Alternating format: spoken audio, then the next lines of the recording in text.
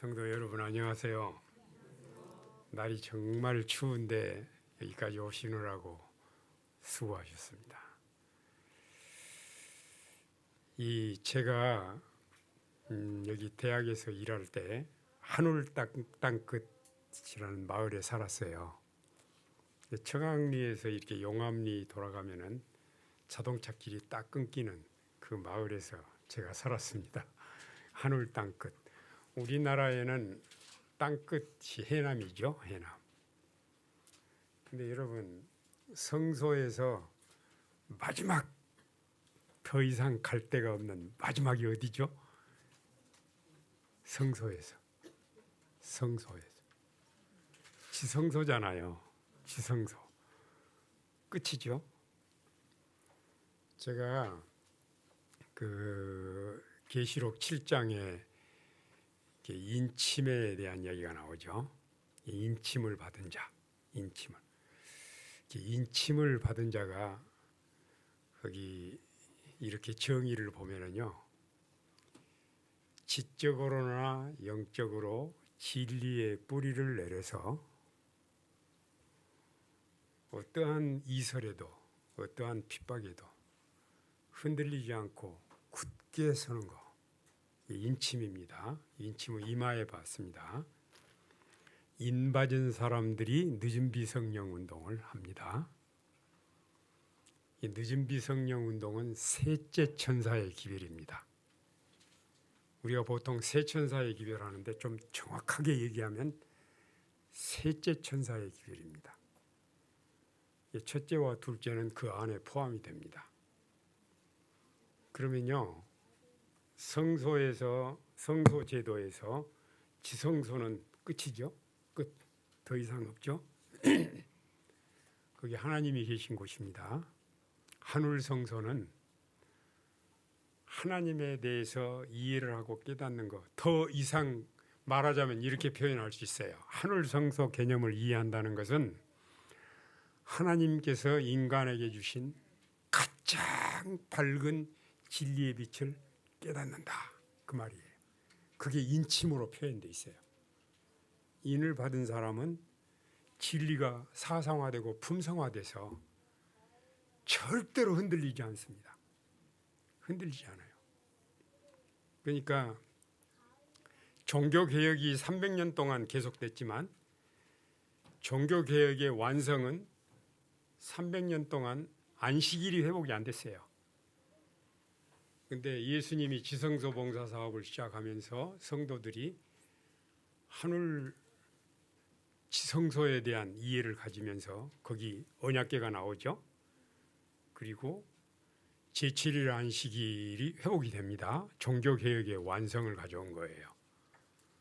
그러니까 인간이 깨달을 수 있는 가장 밝은 진리의 빛 가운데로 딱 들어가는 거예요.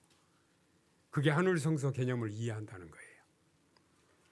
그 다음에 우리가 어떠한 새로운 사실을 알면 너무 기쁘죠. 새로운 사실을 알면.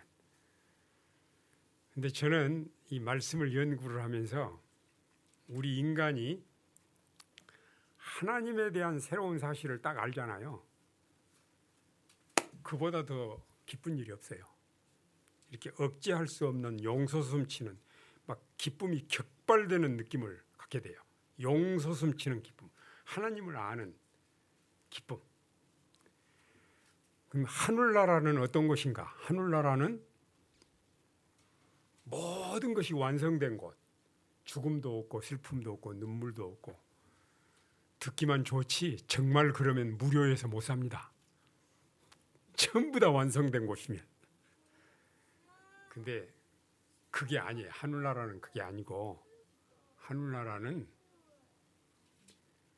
하나님을 아는 기쁨이, 새로운 기쁨이 영원토록 증가되는 곳.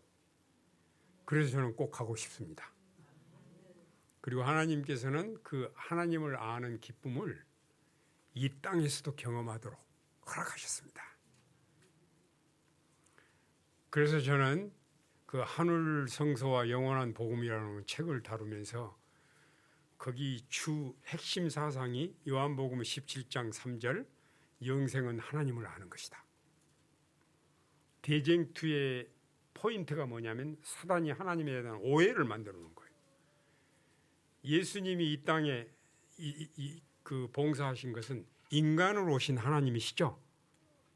인간으로 오신 하나님은 하나님에 대한 오해를 풀기 위해서 오신 거예요. 거기에 초점을 맞추고 하시면요, 우리는 이 땅에서뿐만 아니라 영원한 세월을 통해서 하나님은 전지전능하시고 무소부재하시고 영원하시잖아요. 하나님을 아는 지식은 영원한 세월을 통해서 다 탕진할 수가 없어요. 그러니까 이 하나님을 믿는 백성들은 이 땅에서도 그런 하나님을 아는 새로운 기쁨 속에서 용솟음치는 기쁨을 가지고 감사한 마음을 가지고 사는 거예요. 너무 놀랍죠? 너무 놀라워요. 제가 이런 제 감동, 제 감격을 여러분과 함께 나누고 싶은 거예요. 하나님을 아는 기쁨. 정말 놀랍습니다. 예, 제가 이제 오늘은 이 욥기에 나타난 우주적 대쟁투. 그 수년 전에 욥기서에 대한 과정책이 나왔는데 제가 그 과정책을 보면서 감동을 받았어요. 그래가지고 제가 그 과정책을 공부를 하면서 7, 8편에 이제 이렇게 1시간씩 설교하는 7, 8편의 파워포인트 자료를 만들었어요. 그 내용의 한 두어 부분만 제가 오늘 선택을 해서 여러분들에게 말씀을 드리려고 합니다. 제가 자주 인용하는 말씀이 요한복음 17장 3절이요. 우수 땅에 욥이라는 사람이 있었죠.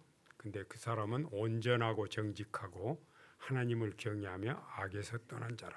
근데 여러분, 욥기서는 성경이 이렇게 기록이 되기 전에는 구전으로 하나님의 뜻이 전달됐는데 그 모세 시대 성경을 기록하기 시작했는데 이 66권의 성경 중에서 가장 먼저 기록된 책이 욥기서입니다. 모세 오경이 나오기 전에. 그런데요, 이제 모세는 홍수 후 한 500년 지난 다음에 이렇게 모세 시대잖아요.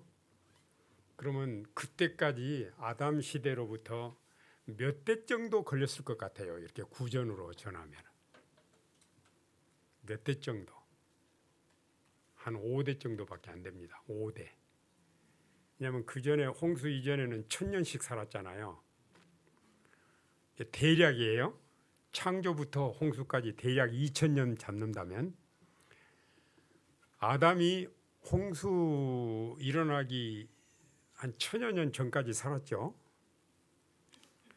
가장 오래 산 사람이 누구죠? 성경에서 가장 969세 무두셀라가 홍수 직전까지 살았습니다. 홍수 바로 직전까지.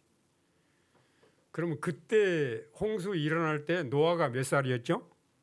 대략 말하는 거예요. 600세였잖아요. 600세였죠? 그 다음에 노아의 아들들이 100여 세쯤 됐어요. 그러면 셈, 함, 야벳이 셈, 함, 600세씩 살았거든요. 그러면 보세요. 아담, 무두셀라, 노아, 셈까지, 모세까지 하면 5대밖에 안 돼요. 근데 이제 홍수 후로 수명이 단축이 됐죠. 거기에는 2가지 중요한 이유가 있어요. 하나는 식량 부족으로 고기를 먹게 했고, 또 사람이 1000년씩 사는 게 하나님 뜻에 그럴 필요가 없다 이렇게 판단이 되셨는지 100년 단위로 단축하셨어요. 왜냐하면 여러분, 이 세상에서 우리의 삶은 이게 전부가 아니고 하늘나라를 위한 준비인데, 하늘나라를 위한 준비로 1000년보다는 100년 정도도 되겠다 이렇게 판단하신 거예요. 그래서 영감에 글에 보면은요, 고기를 먹도록 허락하신 것은 수명을 단축시키기 위한 목적이 있었어요. 하나님의. 그런 뜻도 있었어요. 근데 이제 우리가 그 몰랐던 진리를 새롭게 알게 되면 마음에 너무너무 기쁜데 특별히 하나님을 새롭게 아는 순간마다 우리 인생의 하늘의 색깔이 달라집니다. 색깔이 달라져요. 질이 달라져요. 기쁨의 질도 달라지고. 그러니까 그 하나님께서 성경을 이게 기록된 성경을 주시기 전에 첫 번째로 욥기서를 기록을 하면서 욥기서 내용에는 출애굽이나 유대인 역사가 하나도 포함되어 있지 않습니다. 그래서 제가 이 말씀을 보면서 하나님께서 기록된 성경을 우리에게 주시기 전에 온 우주적인 관점에서 하나님을 바라보도록 욥기서를 주셨다.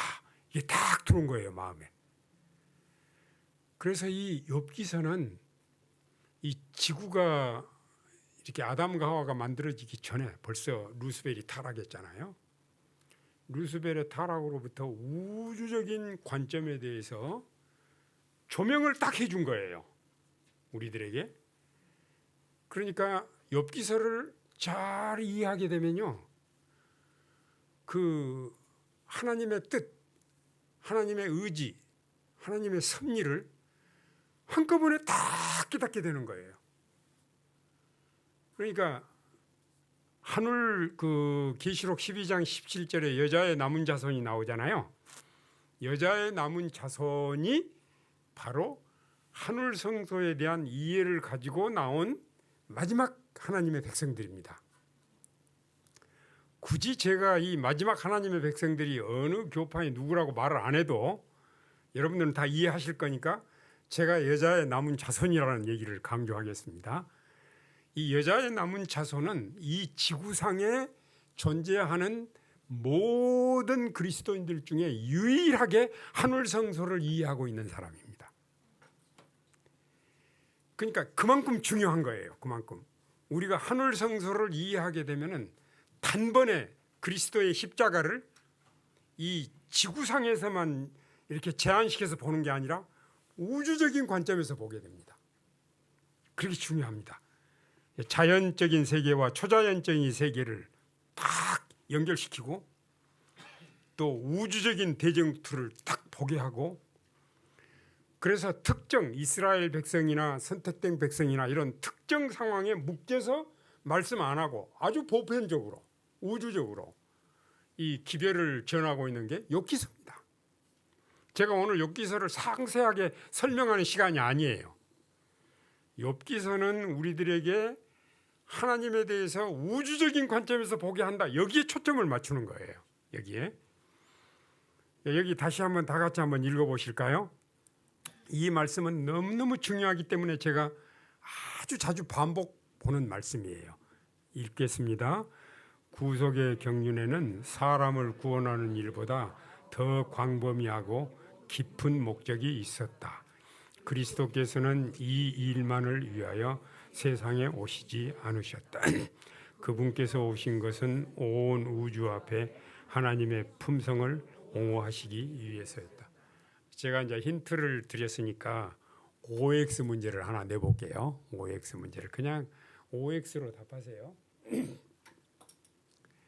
예수님께서 이 세상에 오신 가장 중요한 목적은 죄인을 구원하는 일이 아니었다. OX로.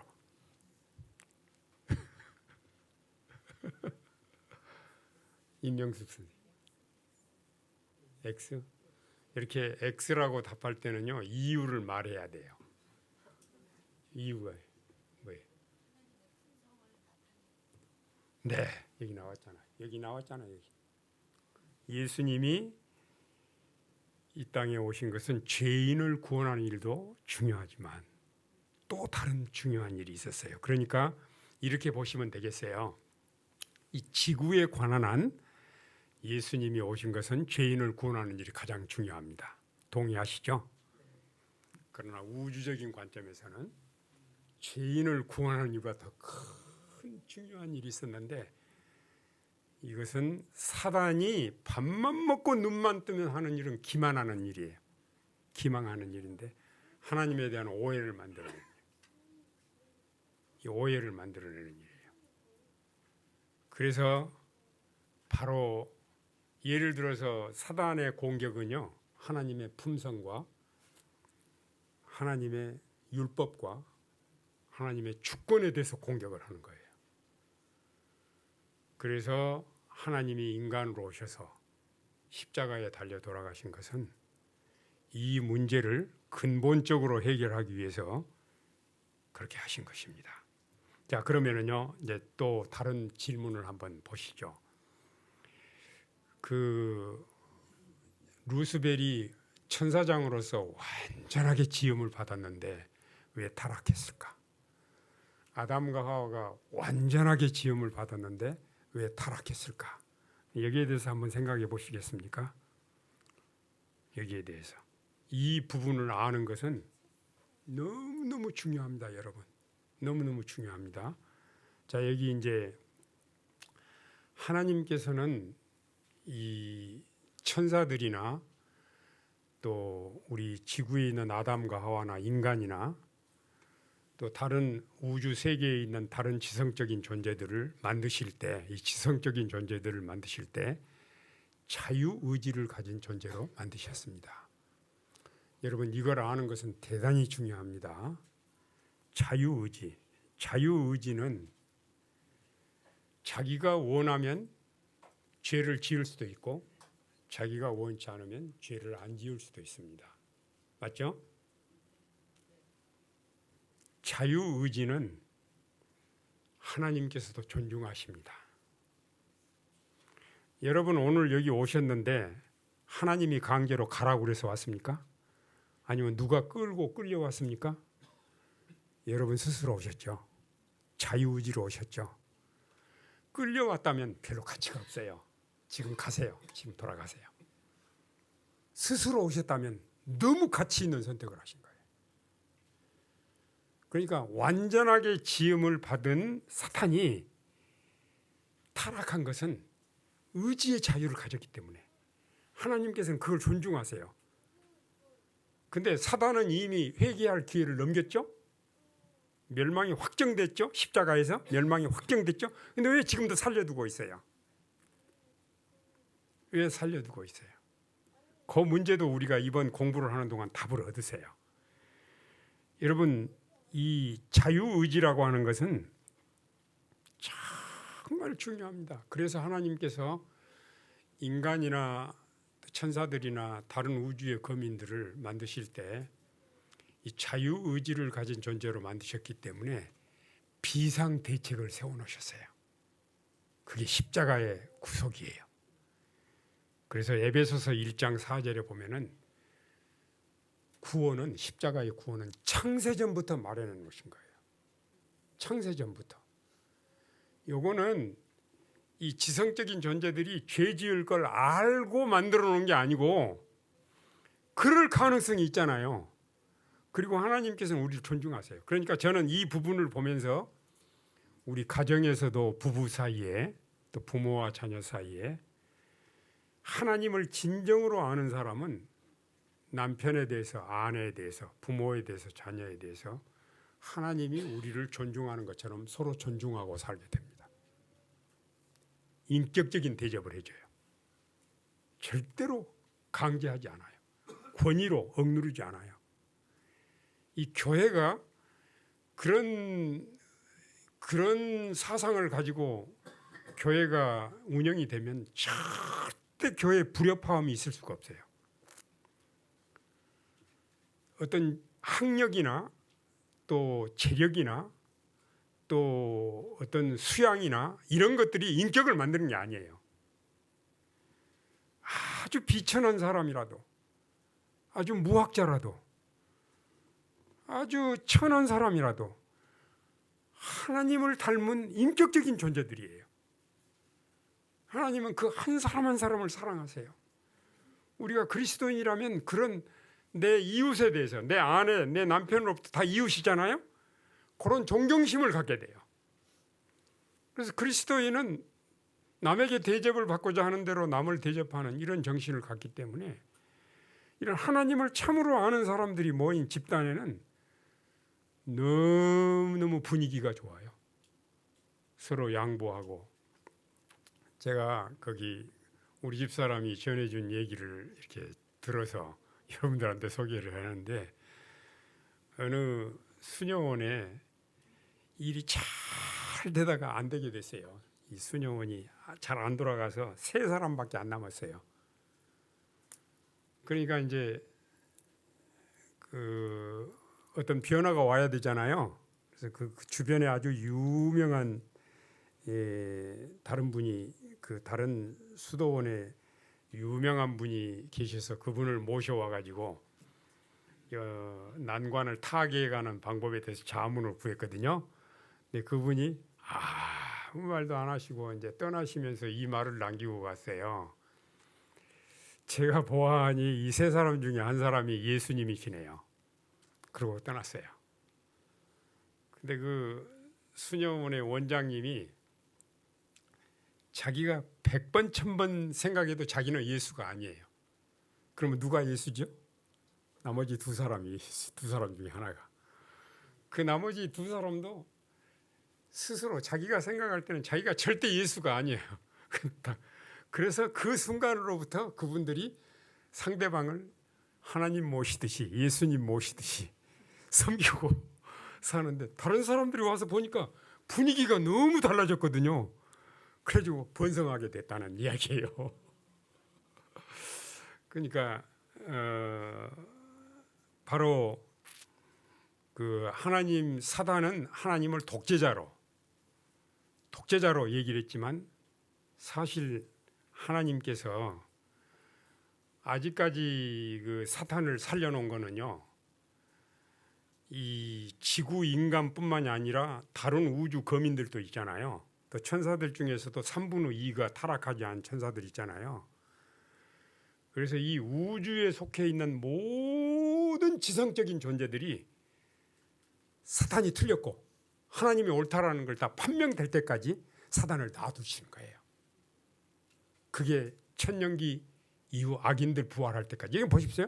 악인들 멸망받기로 확정됐는데 왜 또 살립니까? 그 악인들 중에는 그를 찌른 자도 볼터이요, 예수님 재림 때 이미 죽은 사람이, 예수님 찌른 사람이 살아나서 보고 또 죽잖아요. 2번 죽었잖아요.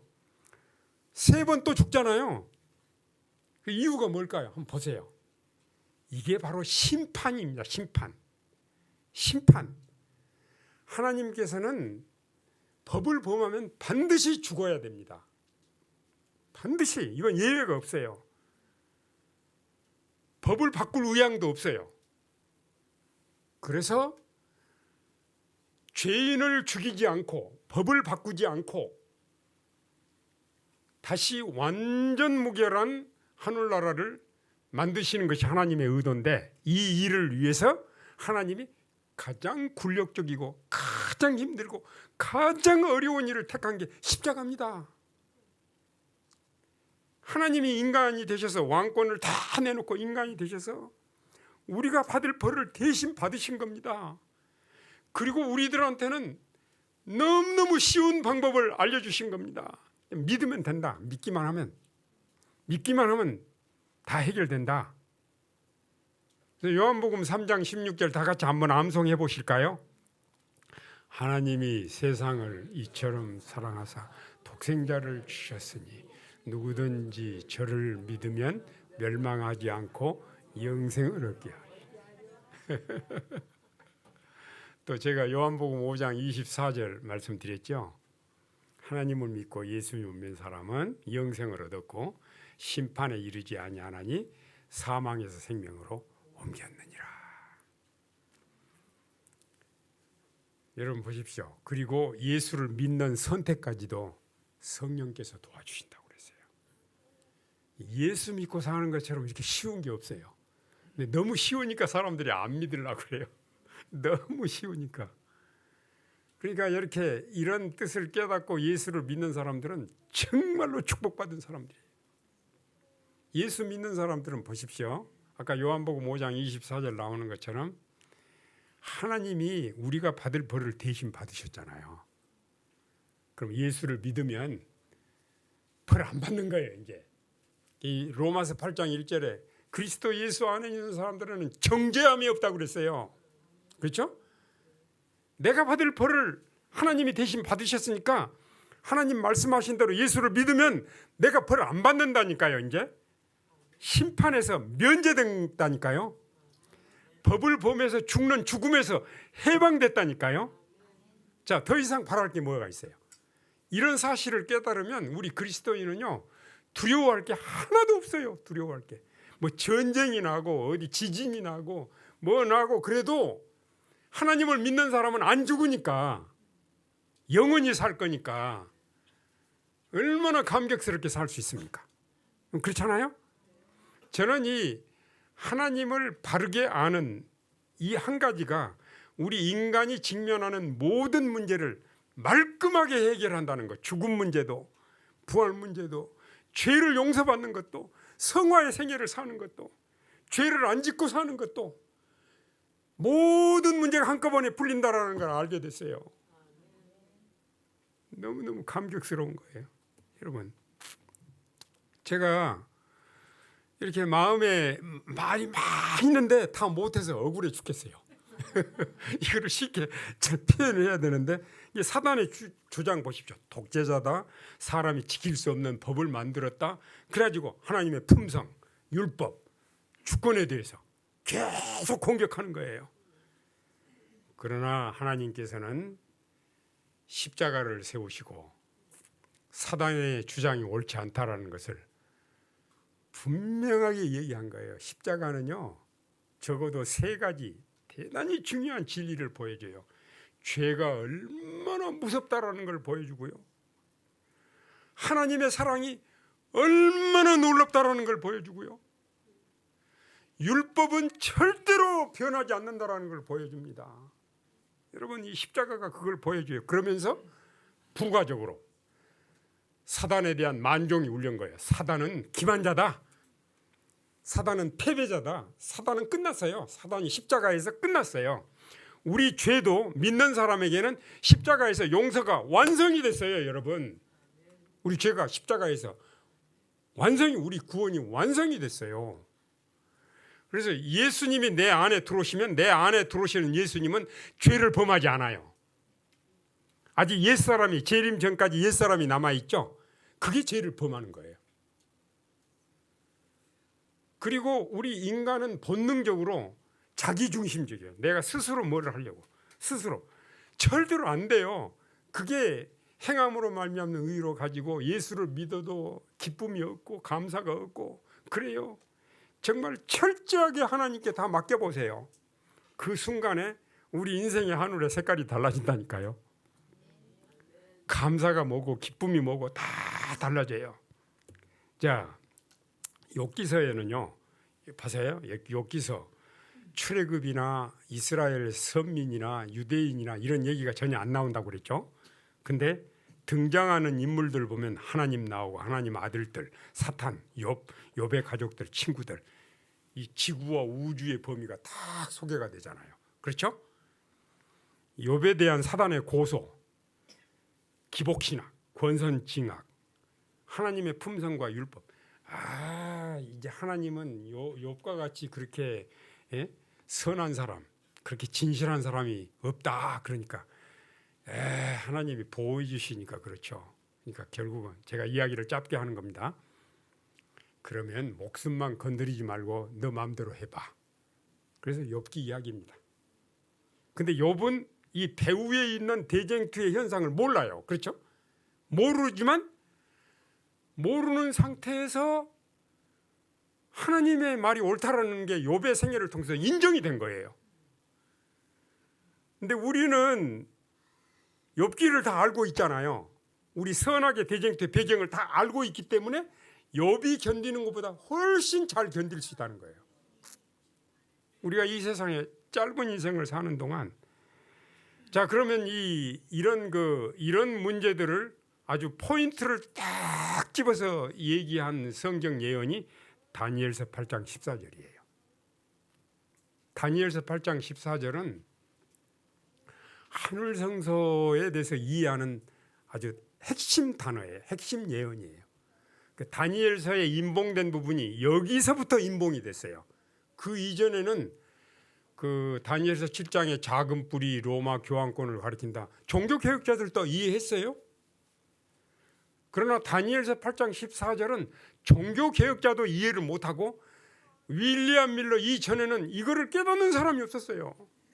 윌리엄 밀러도 성경을 성경으로 비교하면서 예언 연대를 정확하게 설명을 했죠. 끝나는 해가 뭐예요? 좀 수정은 했지만 1844년 10월 22일. 근데 예언 해석은 맞았는데 사건에 대한 오해가 있었죠. 그때 성소하면 성소를 이 지상으로만 생각을 했어요. 성소 정결은 이 지상의 심판으로 본 거예요. 예수님이 이 땅으로 오신다. 그래가지고 재림을 강조한 거예요. 그러나 대실망이 있었고 실망의 이유를 푼 게 뭐예요? 실망의 이유를 푼 게 제가 이제 여기 이런 다음에 또 이런 얘기들이 나오니까 쭉쭉 넘어가요. 2300주야 예언이 나오죠. 2300주야에 성소가 정결하게 함을 입으리라. 19세기 중엽에 윌리엄 밀러가 재림운동을 하죠. 그리고 실망한 다음 날 하이람 에드슨이 기도하러 옥수수밭에 나갔는데 비몽사몽간에 예수님이 대제사장복을 갖추시고 하늘 지성소로 들어가신 것을 봅니다. 예수님이 1844년 10월 22일에 이 땅으로 오시는 것이 아니라 하늘 지성소로 가신 것을 보게 되고 그렇게 해서 여자의 남은 자손이 출현합니다. 계시록 12장 17절에 여자의 남은 자손은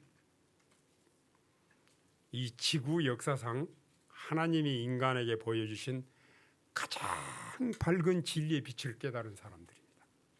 그래서 인받은 사람으로 표현했어요. 인받은. 이런 역사적인 과정과 이런 변화의 사실을 증거하는 기별이 계시록 14장의 세천사의 기별입니다. 하나님께서 이 세상에 주시는 마지막 기별이에요. 여러분 앞에 여기 보시면 여기 지금 2300주야 예언을 좀 설명을 쭉 해놨잖아요. 여기서 여러분 눈에 딱 들어오는 게 뭐예요? 지금 이 그림을 딱 보니까 여러분 눈에 딱 들어오는 딱 들어오는 게 뭐예요? 십자가죠. 제가 어제도 말씀드렸는데 제가 학교에서 성경 공부를 할 때 이 2300주야 예언의 설명 들으면 제일로 재미없는 과목이에요. 들으면 알 것도 같고 모를 것도 같고 돌아서면 잊어버리고 제일로 재미없는 내용이었어요. 근데 언젠가 제가 이걸 딱 보는데 십자가가 보이는 거예요. 십자가가 보이는 거예요. 2300주의 핵심이 십자가예요. 성경의 중심이 십자가예요. 십자가를 본 뒤로는 이 2300주야에 7개의 예언이 있는데 예언 하나하나가 얼마나 깊은 의미를 가져다 주는지요. 이스라엘 백성에 대한 마지막 유예 기간 70주 마지막 유예 기간, 이 기간이 끝나면서 스데반이 순교를 당하면서 유대인이 선택된 민족으로서 끝났잖아요. 딱 끝났잖아요. 그렇죠? 마지막 일주 절반의 일회의 절반의 제사와 예물을 폐기하고 다 십자가 사건이에요. 다. 예. 그러니까요. 이렇게 보니까 성경이 정말 어려운 책이 아니더라고요.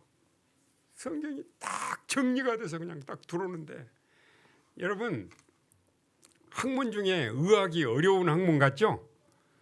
의학처럼 쉬운 학문이 없어요. 뭐만 알면요? 의학 용어를 알면. 의학 용어 중에는 사전에 안 나오는 단어들이 많아요. 그렇죠? 근데 이제 단어들이 이제 프리픽스가 있고 스템이 있고 서픽스가 있죠. 접두어 또 근간이 있고 전미어가 있죠. 요 내용만 하면 예를 들면은 그 의학 용어에 배소로 시작하는 게 있어요. 배소. 그럼 혈관에 관한 겁니다. 사전 안 봐도 그것만 보면. 그 다음에 마지막 뒤에가 TIS로 끝나잖아요. 티스. 염증에 관한 겁니다.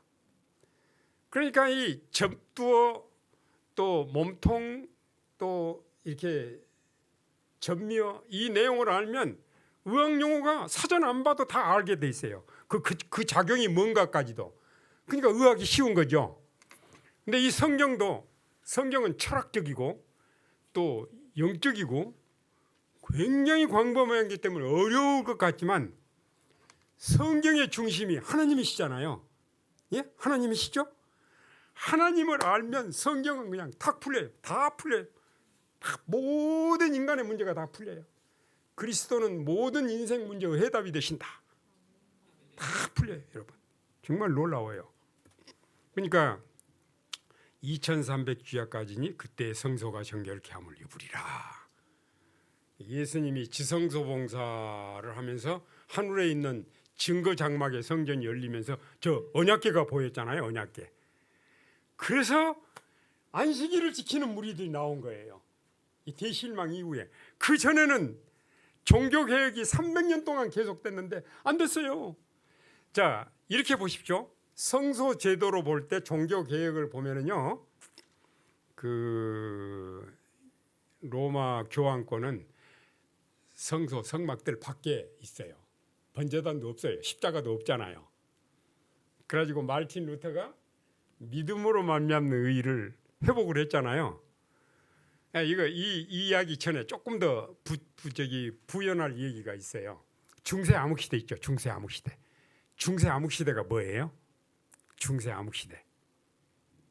중세 암흑시대. 백과사전에 보면 중세 암흑시대는 로마 교황권의 전성기예요.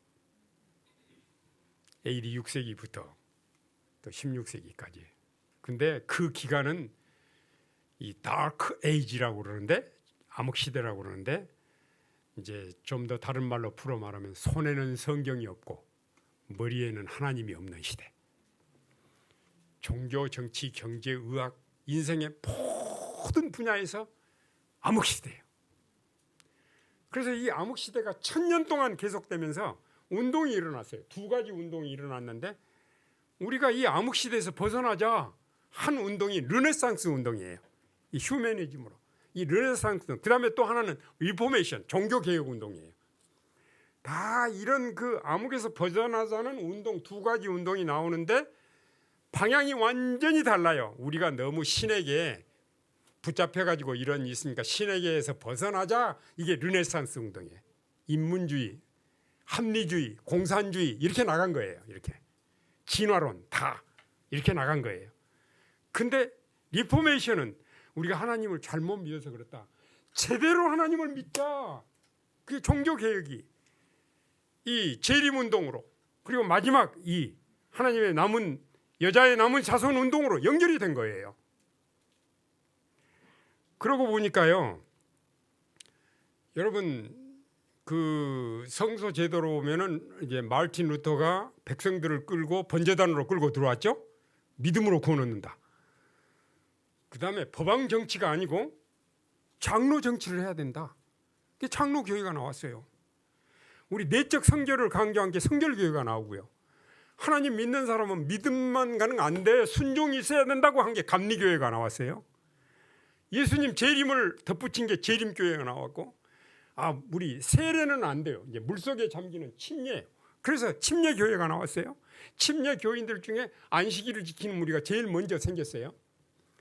근데 이렇게 1000년 동안 짓밟혔던 성경 진리를 하나하나 다 회복을 하면서 교파가 많이 생긴 거예요.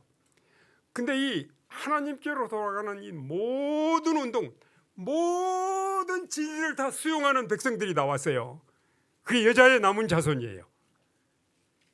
믿음으로 말미암는 의도, 의의 정치도, 침례도, 내적 성결도, 순종의 생애도, 이 모든 개혁을 받아들이는 백성들이 여자의 남은 자손이에요. 정말 놀랍습니다. 그러니까요, 이런 내용들을 딱 정리정돈하게 깨닫게 해주는 게 하늘성소에 대한 개념이에요. 제가 이제 빠르게 또 중요한 교훈들을 나눌 얘기가 있으니까 진행해 보겠습니다. 이제 이 욥기에 이 대쟁투 현장을 우리에게 소개를 하는데, 그 우주의 반란을 하나님이 해결하시는 방법, 아주 쉬운 방법은 루스벨을 죽이고 아담과 하와를 죽이고 새로 만드는 거고, 법을 바꾸면 또 쉬워. 근데 그거를 안 하고요, 폭력으로 아니고, 즉 죄인을 죽이지도 않고 법을 바꾸지도 않고, 다시는 루스벨의 타락과 같은 그런 비시어스 사이클이 진행되지 않는 완전 무결한 우주의 평화를 위해서 하나님이 선택하신 방법이 십자가였습니다. 하나님이 인간으로 오셔서 우리 대신 벌을 받으시고, 오직 믿으면 죄짓지 않는 전의 상태로 우리를 회복시켜 주시겠다는 거예요. 생애의빗에 보면은요, 그런 말씀이 나와요.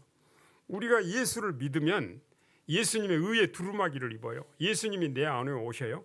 그러면은 예수를 믿는 사람은 하나님이 나를 보실 때 죄 많은 나를 보시는 게 아니라 내 안에 계신 예수님, 내가 입은 의의 두루마기를 보시고 내가 전혀 죄를 짓지 않는 것처럼 나를 받아주신다고 그랬어요. 이게 믿음으로 말미암는 구원이에요. 이게 새 언약이에요. 얼마나 놀랍습니까? 예수 믿고 사는 것처럼 이렇게 쉽고 간단한 게 없어요. 그러니까 이런 사단의 그 기만을 심판을 통해서, 사단이 틀렸고 하나님이 옳다라는 걸 확인시켜 주는 게 심판인데, 예수를 이미 믿는 사람은 심판에서 면제가 되니까 재림전 심판이건 천년기 심판이건 집행 심판이건 두려울 것이 없는 거예요. 참으로 하나님을 알고 하나님으로 믿는 사람들은 우리 억울한 일을 풀어주니까 심판처럼 좋은 게 없어요. 인식을 좀 달리 해야 돼요. 우리가 하나님을 안 믿는 사람들은 심판은 정말 두려운 거예요. 정말 존재 자체를 없애버리는 거잖아요, 나중에. 그러니까 여기 재림전 심판은 말하자면은요, 그 성소에 옮겨진 피만 정결케 하잖아요. 그 말은 뭐냐면은 예수를 믿고 구원 얻은 사람들만 이 재림전 심판의 대상이 되는 거예요. 이거는 분명히 구원 받을 건가 안 받을 건가 하는 판가름하는 심판이 아니라는 거예요. 예수님의 십자가에서 하나님이 옳고 사단이 틀렸다라는 게 확인됐잖아요.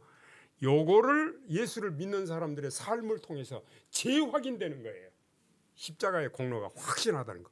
그러면서 우주의 거민들에게 하나님이 옳다라는 걸 보여주는 거예요. 그러니까 재림전 심판은 타락하지 아니한 우주의 거민들을 위한 배려고요. 천년기 심판은 구원받은 사람들이 심판하죠. 지상에서 구원받은 사람들이 우주적인 관점에서 내다보면서 사단이 틀렸구나, 하나님이 옳구나. 그래서 지상에서 구원받은 사람들을 위한 배려고요. 천년기 후 심판은 마지막 심판이죠. 악인들에게도 그 사실이 필요하죠. 악인들도 하나님이 어떤 분이신가를 보여주는, 십자가가 주마등처럼 탁 나타나면서 사단이 틀렸구나, 하나님이 옳구나, 이거를 깨달은 다음에 하나님이 그때 죄를 멸하십니다. 그리고 그때까지 회개할 기회가 있어도 회개하지 않는 사람들이 죄와 함께 멸망당하는 게 계시록 20장의 유황불입니다. 죄를 태우는 이 불이 이 세상을 재창조합니다. 계시록 21장 22장의 기록이 그겁니다.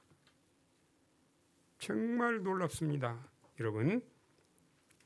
그래서 이 유황불은 죄를 태우는 불이고, 그때까지 죄를 버리지 못한, 사함받지 못한 죄를 범한 자들, 정말 고의적으로 죄를 범한 자들, 스스로 회개할 기회를 다 저버린 사람들이 죄와 함께 멸망을 당하고요.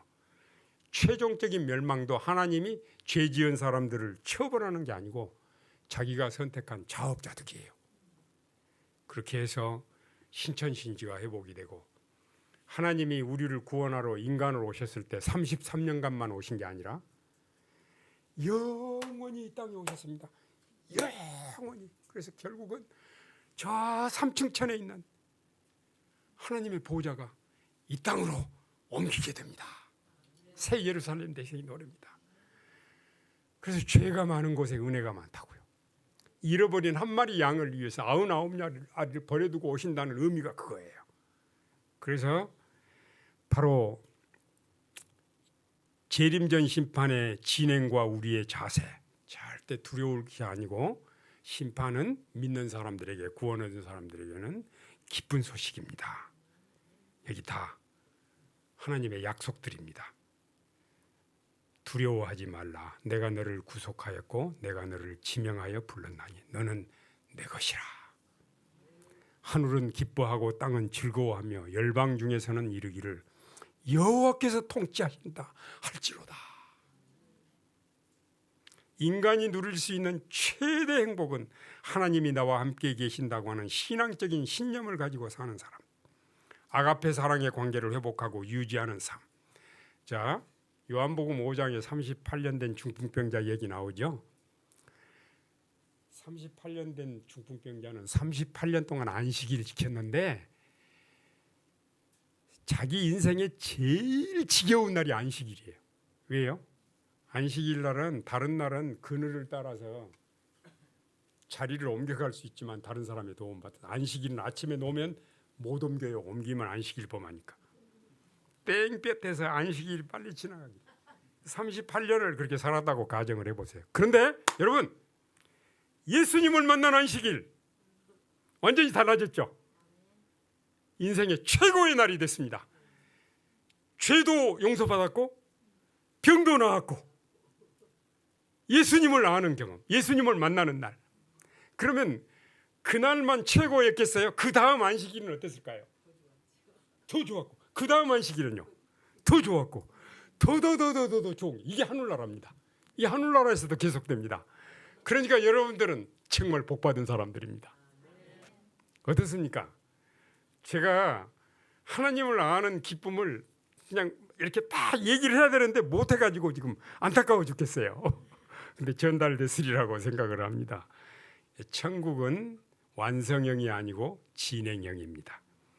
불완전해서 완전으로가 아니고 완전해서 완전으로 가는 겁니다. 거듭남의 경험 100% 하나님의 은혜로 되는 거 다 아시죠? 성화는 거듭남의 경험의 연속입니다. 그래서 성화도 오직 믿음으로 됩니다. 하나님이 은혜를 주시고 부족한 것을 내가 최선을 다하고 하나님이 부족한 걸 채워주시고, 그게 아닙니다. 성화도 오직 하나님의 은혜로 구원 얻는 경험의 연속입니다. 연속입니다. 그래서 이 모든 오해가 다 사라지고 하나님을 아는 새로운 기쁨이 영원한 세월을 통해서 증가하는 곳, 이 하늘나라입니다. 제가 아무래도 이제 나머지 상당히 긴 내용들이 있는데 이제 생략을 해야 되겠습니다. 왜냐하면 이제 핵심 내용만 말씀드릴게요. 욥의 이야기는 해피엔딩 스토리입니다. 근데 욥이 다 수복이 됐습니다. 성경에는요, 하나님을 믿는 사람들이 언제나 끝장이 다 좋은 건 아니에요. 여기 아벨, 엘리, 요시야, 침례 요한, 스데반 다 슬프게 끝났어요. 그러나 여러분, 이 욥은 모든 게 해피엔딩으로 끝났지만 욥도 나중에 죽었어요. 그의 후손도 죽었고 다 죽었어요. 그러니까 우리가 여기서 해피엔딩 스토리라는 진정한 의미는 뭐냐면요, 단순히 예수 믿으면 구원 얻는다, 복 받는다 이런 정도로 끝나는 게 아니라 욥은 부활에 대한 확신을 가졌어요. 그래서 욥이 죽었지만 죽음 자체로 고난 중에서 수복이 돼가지고 회복돼서 복 받고 죽음으로 끝났다면 그건 행복이 아니에요. 그건 해피엔딩 스토리가 아니에요. 욥은 그 고난 중에서 하나님의 은혜로 구원을 받았고 부활의 소망을 가지고, 그 예수를 믿는 사람은 절대로 죽지 않습니다. 욥이 그런 확신을 가졌습니다. 이 영원한 나라, 부활의 소망을 가지고, 여기 보십시오. 장정이라도 죽으면 어찌 살리까? 나는 나의 모든 고난의 날 동안 참으면서 풀려나기를 기다리겠나이다. 주께서 나를 부르시겠고 나는 대답하겠나이다. 자, 이렇게 너희가 어찌하여 산 사람을 죽은 데 가운데서 샀느냐? 너희 가운데서 하늘로 올리신 이 예수는 하늘로 가심을 본 그대로 다시 오시리라. 욥의 간증 보십시오. 내 구속자가 살아계시고 그분이 결국에는 이 땅에 서실 것을 나는 알고 있다네. 내 살갗이 다 썩은 뒤에라도 내가 육신을 입고서 하나님을 뵐 걸세. 침례 요한은 참수형을 당해서 불행하게 끝났지만 여자가 낳은 사람 중에서 제일 위대한 사람이라고 말을 했어요. 그러니까 여기 영감에 그래 보면 이렇게 있잖아요. 하늘로 승천한 엘리야나 불병거를 타고 하늘로 승천한 엘리야일지라도, 에녹이나 엘리야일지라도 옥중에서 외롭게 죽은 침례 요한보다 더 위대하거나 영예를 더 받지는 않았다. 그리스도와 함께 고난 받는 것처럼 큰 영예가 없다고 말을 합니다. 그러니까 욥의 생애는 하나님이 옳고 사단이 틀렸다라는 것을 보여주는 우주의 구경거리가 되었고, 지금 욥은 예수님을 상징하지만 이 마지막 여자의 남은 자손을 상징합니다. 우리들도 오직 하나님의 은혜로 율법을 순종하고 살고 믿음으로 살고 이런 삶을 통해서 십자가의 효력이 우리 생활 속에서 나타나는 모습을 통해서 하나님께 영광 돌리는 것입니다. 이게 심판의 핵심 내용입니다. 존경하는 성도 여러분, 다시 한번 내가 진실로 너에게 이르노니 내 말을 듣고 또 나 보내신 이를 믿는 자는 영생을 얻었고 심판에 이르지 아니하나니 사망에서 생명으로 옮겼느니라. 나는 부활이요 생명이니 나를 믿는 자는 죽어도 살겠고 살아서 나를 믿는 자는 영원히 죽지 아니하리라. 대쟁투는 끝났습니다. 하나님은 사랑이시라고 온 우주가 선포하고 있습니다. 생명이 생명을 낳듯이 오직 사랑만이 사랑을 낳습니다. 여러분, 영원한 세월을 통해서 우리에게 이렇게 놀라운 구원의 축복을 주신 하나님을 아는 기쁨이 증가되는 기쁨 속에서 우리는 영원토록 하나님을 찬양하면서 복되게 살게 될 것입니다. 이와 같은 찬송이 영원토록 계속될 것입니다. 보좌에 앉으신 이와 어린 양에게 찬송과 존귀와 영광과 능력을 세세토록 돌릴지어다. 아멘.